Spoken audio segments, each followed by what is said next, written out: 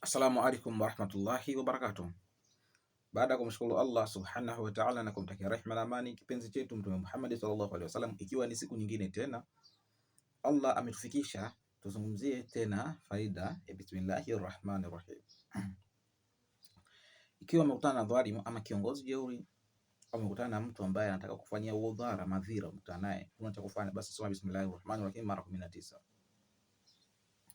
Umekutana mbele na hapo, labda anataka kufanyia madhira ama ubaya, huna njia ya kujitetea, au umekutana na kiongozi jeuri ama dhalimu ambaye anakufanyia wewe maafa juu yako wewe, basi ama mwizi, unaweza kukutana na vitu vya ajabu. Umekutana na mtu ambaye anataka kukuzuru wewe, basi usome bismillahir rahmanir rahim mara 19. Yule mtu hataweza kufanyia madhira kwa ile uwezo wa Mwenyezi Mungu. Fanya hivyo ndugu yangu, ujionee maajabu ya bismillahir rahmanir rahim. Pia vile vile kwa mtu mwenye kuhitaji utajiri wa halali kutoka kwa Mwenyezi Mungu, basi adhihirisha kusoma bismillahir rahmanir rahim mara 1500 kwa siku. Kila siku ya Mungu asome bismillahir rahmanir rahim ndani ya siku 41.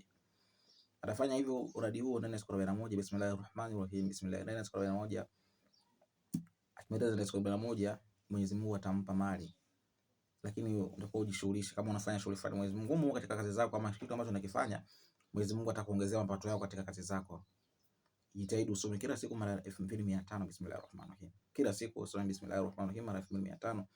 Basi kama Mwenyezi Mungu, kama unahitaji mali, Mwenyezi Mungu atakupatia. Maana yake kama unafanya biashara, mapato, Mwenyezi Mungu atakuongezea katika mapato yako. Kama ulikuwa unauza shilingi 10,000 kwa siku, utashangaa mapato yanazidi kuongezeka 30,000, 40,000 katika masuala yako ya kikazi. Asalamu alaykum warahmatullahi wabarakatuh.